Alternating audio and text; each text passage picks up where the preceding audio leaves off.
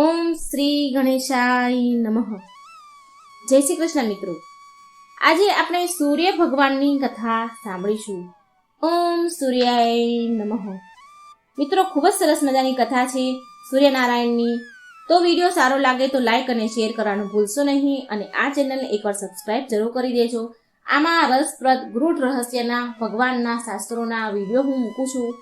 જો સબસ્ક્રાઇબ કરશો ચેનલને, બેલ આઇકોનનું બટન ઓન કરશો તો આ વિડીયોના જાણકારી માહિતી તમારા સુધી તરત આવશે. માટે ચેનલને સબસ્ક્રાઇબ કરી દેજો. અને કથા વાર્તા સારી લાગે તો કોમેન્ટ બોક્સમાં જરૂર જણાવજો, અને ભગવાનનું નામ પણ એકવાર જરૂર લખજો. આ વાર્તા સાંભળવાથી આરોગ્યની પ્રાપ્તિ થાય છે, શારીરિક તંદુરસ્તી મળે છે, શારીરિક પીડા દૂર થાય છે, અને સમાજમાં માન યશ વધે છે. આ કથાના અનુસાર વેદ વ્યાસજીના પરમ સર્વશ્રેષ્ઠ શિષ્ય ઋષિ વેશપાયનજી એક વખત વેદ વ્યાસજીને પૂછ્યું કે હે ગુરુદેવ, આકાશમાં રોજ જેનો ઉદય થાય છે તે કોણ છે, અને એનો શું પ્રભાવ છે, અને તેમાંથી નીકળતા કિરણો અને પ્રકાશની ઉત્પત્તિ ક્યાંથી થઈ? હું જોઉં છું કે દેવતાઓ, મોટા મોટા શ્રેષ્ઠ મુનિઓ, રાક્ષસો તથા બ્રાહ્મણ અને માનવી સહિત એની આરાધના કરે છે. આ સાંભળી વેદ વ્યાસજી તેમના પ્રિય શિષ્યને કહે છે કે જે આકાશમાં રોજ ઉદય થાય છે તે બ્રહ્માજીના સ્વરૂપમાંથી પ્રગટ થયેલ ઉત્કૃષ્ટ તેજ છે, અને તમે તેને સાક્ષાત બ્રહ્માજી જ સમજો. અને એ જ છે ધર્મ, અર્થ, કામ અને મોક્ષ, આ ચારેય પુરુષાર્થને આપવાવાળા દેવ છે.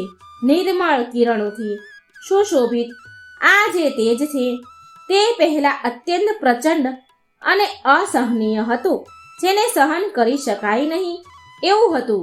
આ જોઈ અને તેની પ્રખર કિરણોથી પીડિત મૃત્યુલોકમાં ધરતીલોકના બધા લોકો આમ તેમ ભાગવા લાગ્યા, છુપાવા લાગ્યા.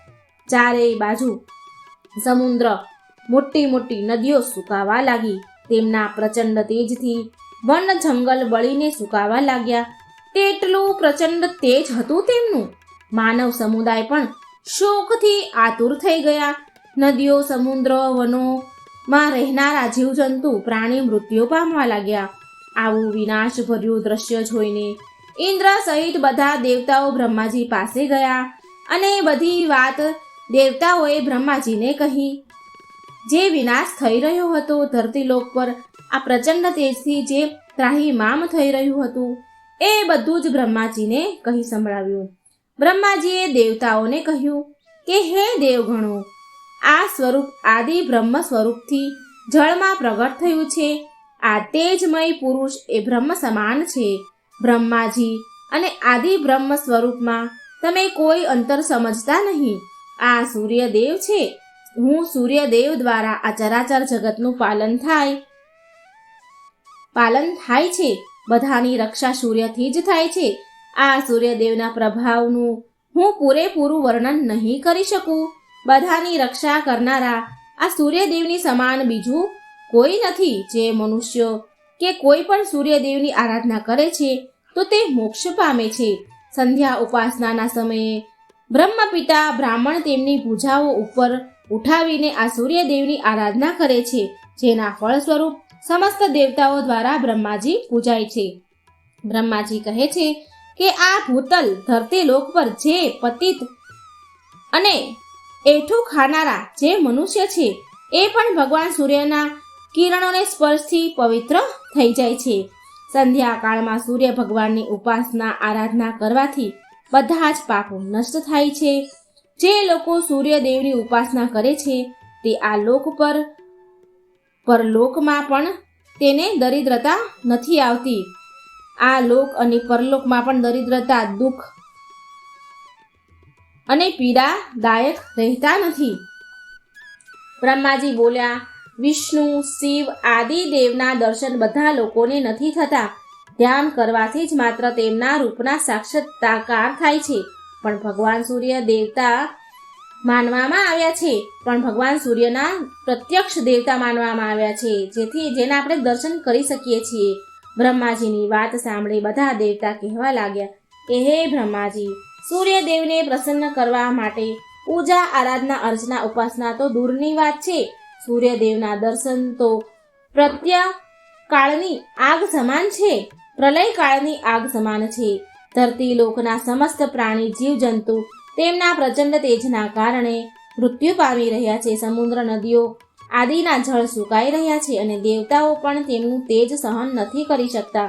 તો પછી બીજા લોકો કેવી રીતે સહન કરી શકે? સામાન્ય મનુષ્ય જીવજંતુ એમનો સામનો, એમના દર્શન કેવી રીતે કરી શકે? માટે હે પરમ બ્રહ્મ કૃપાળુ બ્રહ્મદેવ, તમે જ એવી વાત કોઈ કરો, એવી કૃપા કરો કે જેનાથી અમે લોકો ભગવાન સૂર્યના દર્શન, પૂજા, આરાધના કરી શકીએ. બધા જ મનુષ્ય ભક્તિપૂર્વક સૂર્યદેવની આરાધના કરી શકે. આના માટે તમે જ કોઈ ઉપાય કરો. વેદ વ્યાસજી તેના શિષ્યોને કહે છે કે દેવતાઓની આવી વાત સાંભળી બ્રહ્માજી સૂર્યદેવ પાસે ગયા અને સંપૂર્ણ જગતનું કલ્યાણ કરવા માટે બ્રહ્માજીએ સૂર્યદેવની સ્તુતિ કરવા લાગ્યા. બ્રહ્માજી બોલ્યા, હે સૂર્યદેવ, તમે સંપૂર્ણ સંસારની આંખો સમાન છો. તમે સાક્ષાત બ્રહ્મ સ્વરૂપ છો. તમારી સામે જોવું કઠિન છે. તમારી સામે જોવાની શક્તિ કોઈની પાસે નથી, એવું તમારું પ્રચંડ તેજ છે. તમે પ્રલય કાળની તેજસ્વીની અગ્નિ સમાન છો.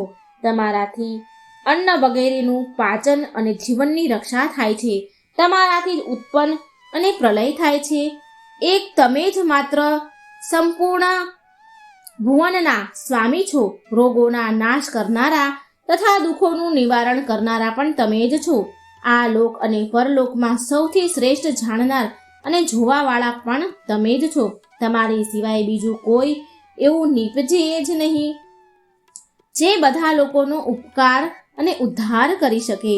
ત્યારે સૂર્યદેવ બોલ્યા, હે બ્રહ્મપિતા, તમે તો વિશ્વના સ્વામી છો. તમે મને અહીં આવવાનું કારણ જણાવો, હું તેને પૂરું કરીશ. બ્રહ્માજી કહે, હે સૂર્યદેવ, તમારી કિરણ અત્યંત પ્રખર છે. લોકો અને દેવતા, મનુષ્ય, જીવ જંતુઓ માટે પણ અત્યંત અસહનીય છે. તમારું તેજ લોકો અને દેવતાઓ સહન નથી કરી શકતા. હવે તમે જ કોઈ ઉપાય કરો. એવો કોઈ ઉપાય કરો કે તમારું તેજ ઓછું થાય અને લોકો દેવતાઓ પણ તમારા દર્શન કરી શકે, તમારી પૂજા આરાધના કરી શકે. તમારા પ્રચંડ અગ્નિથી ધરતી લોકના નદી સમુદ્ર પણ સુકાય છે. તો તમે જ કોઈ ઉપાય કરો. અને પછી બ્રહ્માજીએ સૂર્ય ભગવાનના કહેવાથી વિશ્વકર્માને બોલાવ્યા અને વિશ્વકર્મા પાસે વ્રજ બનાવડાવ્યું અને પ્રચંડ અગ્નિ જેવું તેજ હતું તે વજ્ર વડે દૂર કર્યું.